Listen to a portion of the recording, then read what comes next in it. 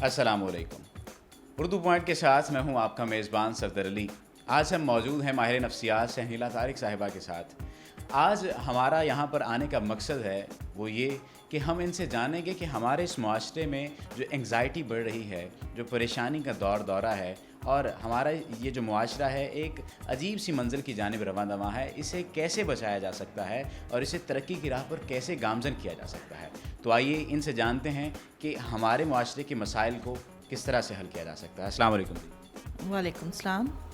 पहले तो बहुत शुक्रिया आपका इधर आने के लिए और राय लेने के लिए।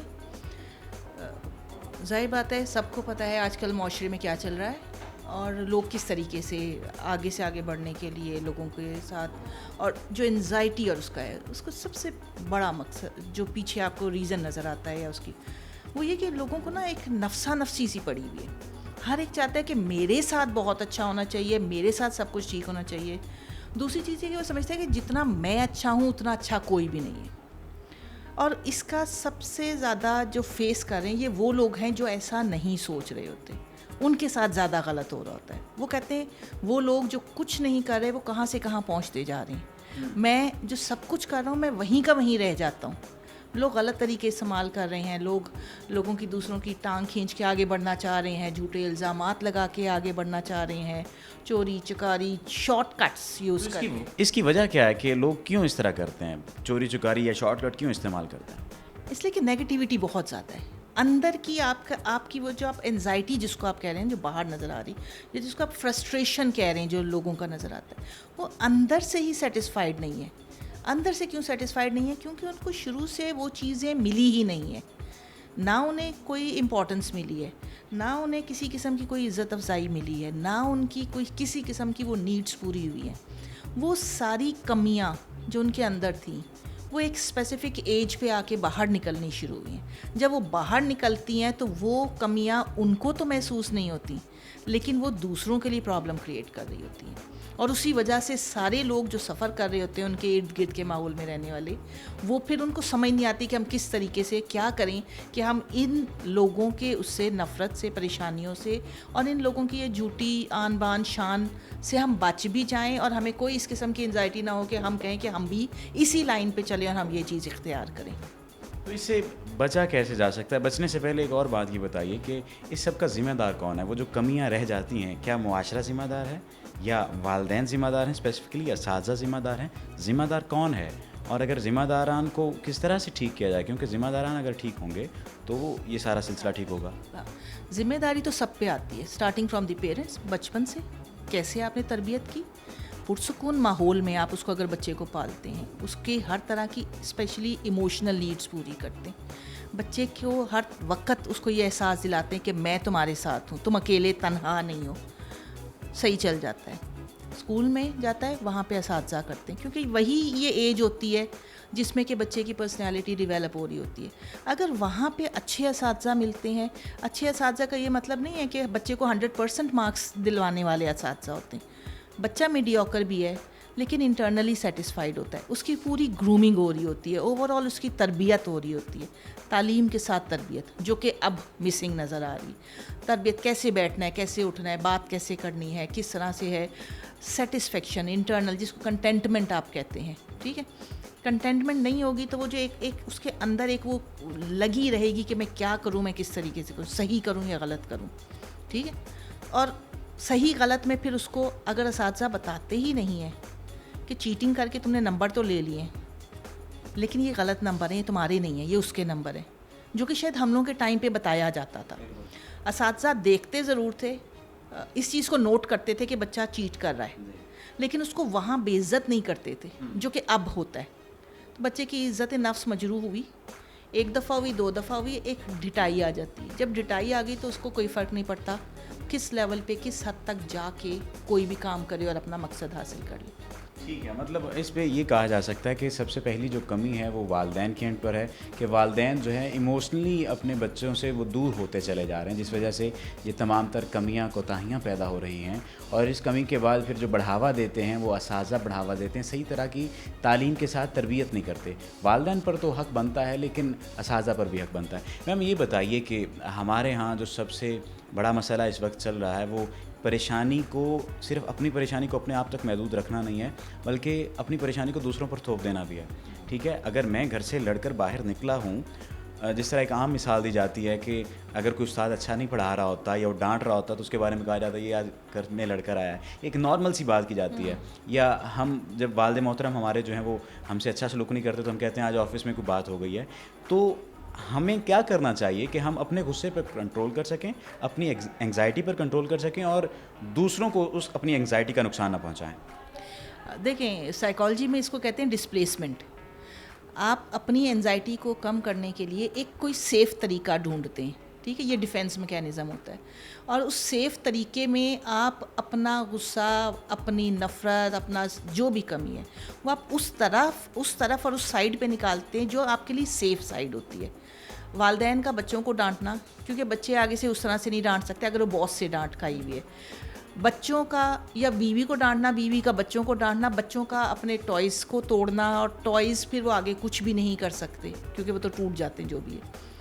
ایک سے دوسرے میں یہ انزائٹی اس طرح سے ٹرانسفر ہو رہی ہوتی ہے. روکنے کا طریقہ کیا ہے؟ روکنے کا یہی کہ اپنے اوپر قابو رکھیں, اپنے اوپر کنٹرول کریں. اگر آپ اپنے جذبات کو ہی قابو میں نہیں رکھ سکتے, سوال یہی ہے کہ کنٹرول کیسے کیا جائے. کیسے کیا جائے؟ ایک دفعہ صرف ایک انسان اپنے بارے میں یہ سوچ لے کہ میں, اگر صحیح سوچے, یہ نہیں دیکھے لوگ کیا کر رہے, دنیا کیا کر رہی, معاشرے میں کیا چل رہا ہے, اس نے مجھے برا کہا تو اس نے کہا, صرف یہ سوچے کہ میں اشرف المخلوقات ہوں, میں جانور نہیں ہوں.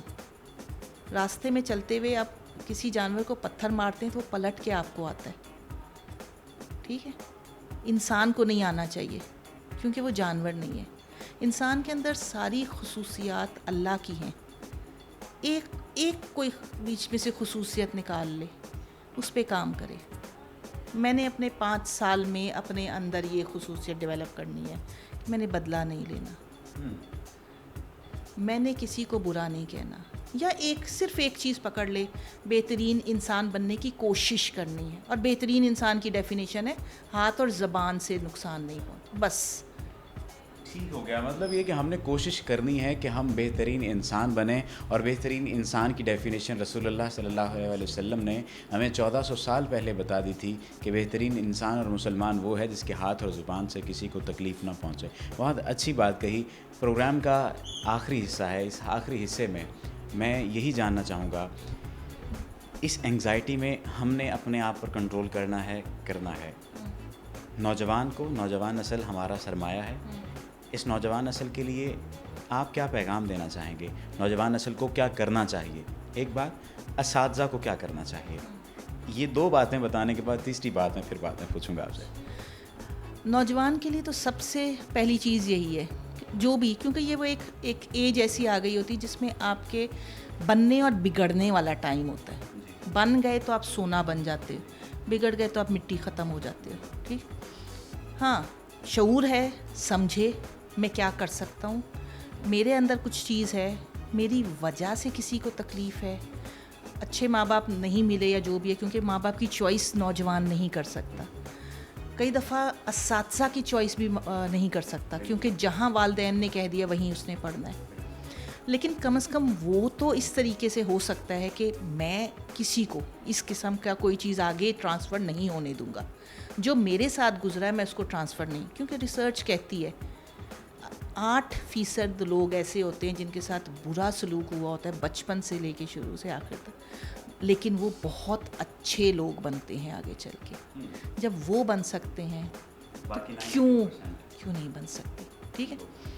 دوسری چیز, پیرنٹس کو کیا کرنا چاہیے. پیرنٹس صرف اگر پیرنٹس کوالٹی ٹائم دیتے ہیں بچے کو, چاہے وہ 5 منٹ ہو سارے دن میں سے, جس میں صرف ایک دفعہ اس کو سنیں, تمہیں کیا چاہیے, تو کوئی تکلیف تو نہیں, کوئی میری مدد کی ضرورت تو نہیں, تمہیں کسی نے کچھ کہا تو نہیں, ٹھیک. اور یہی چیز اساتذہ جو ہے کہتے ہیں انبیاء کا پیشہ ہے ٹیچنگ, ٹھیک ہے. ٹیچر جو ہوتا ہے وہ پوری زندگی کے لیے ٹیچر ہوتا ہے, اور وہ 24/7 ٹیچر ہوتا ہے, ٹھیک. جب آپ اگلے بچے کو, اسٹوڈنٹ کو یہ فیل کرواتے ہو کہ میں ٹیچر ہوں, اور ٹیچر کا مقصد یہ نہیں کہ میں نے صرف 1 گھنٹے کی کلاس لے کر باہر آ جانا ہے. बाकी दिन भी अगर तुम्हें किसी किस्म का कोई मसला होता है तो जैसे तुम अपने माँ बाप से डिस्कस करते हो तुम मुझसे भी कर सकते हो।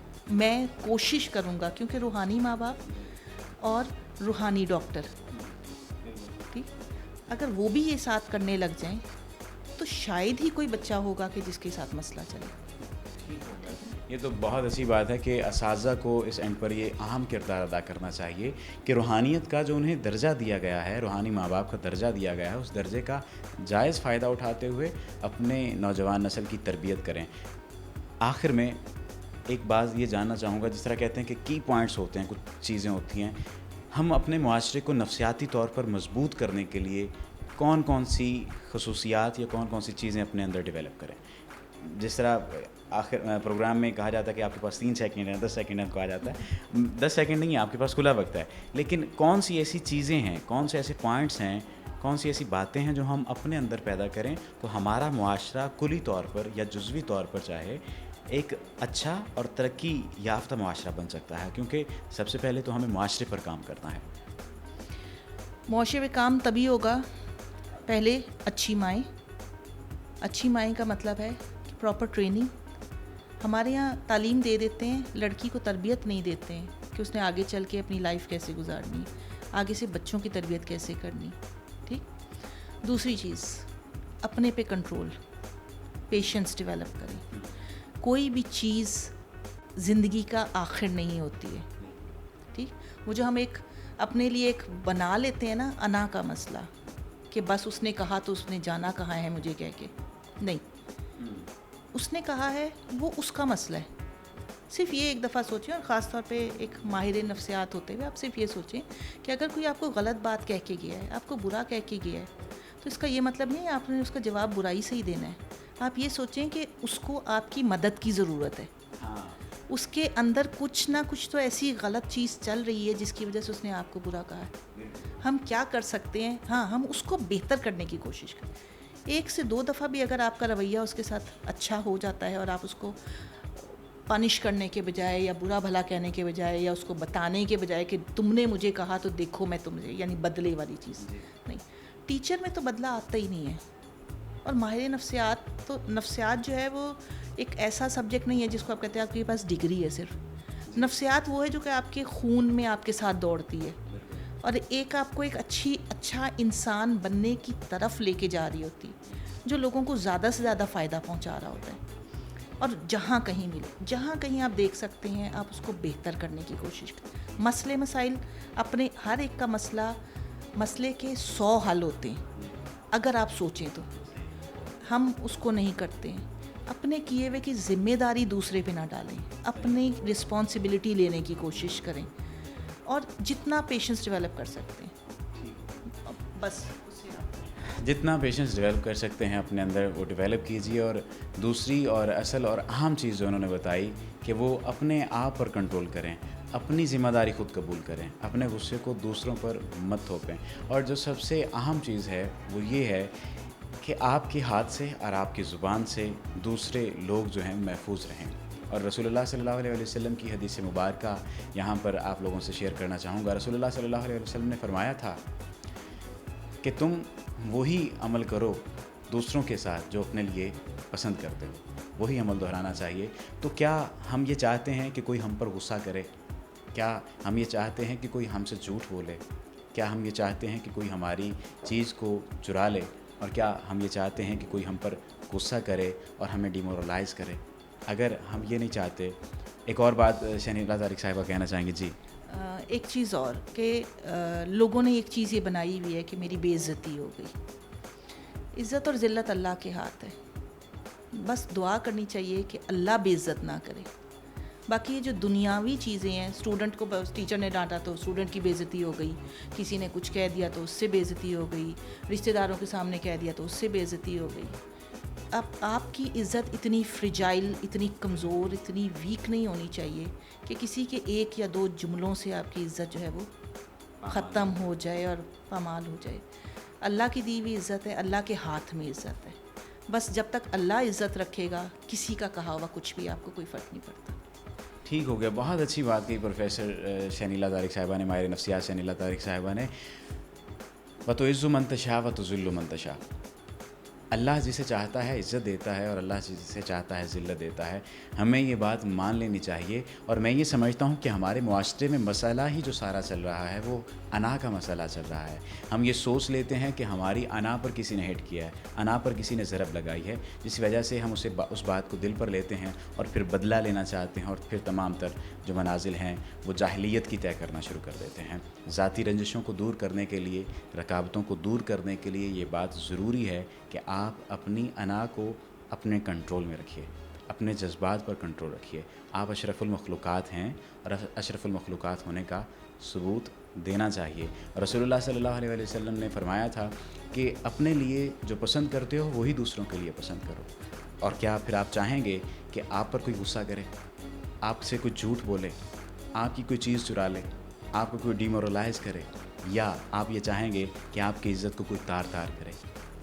डेफ़िनेटली आप ये बात नहीं चाहेंगे। और अगर आप ये नहीं चाहेंगे तो इस मुआशरे को, इस सोसाइटी को एक अच्छा मुआशरा, एक अच्छी सोसाइटी बनाने के लिए आपको काम करना है, किसी और के लिए नहीं, सिर्फ़ और सिर्फ खुद को बदलना है।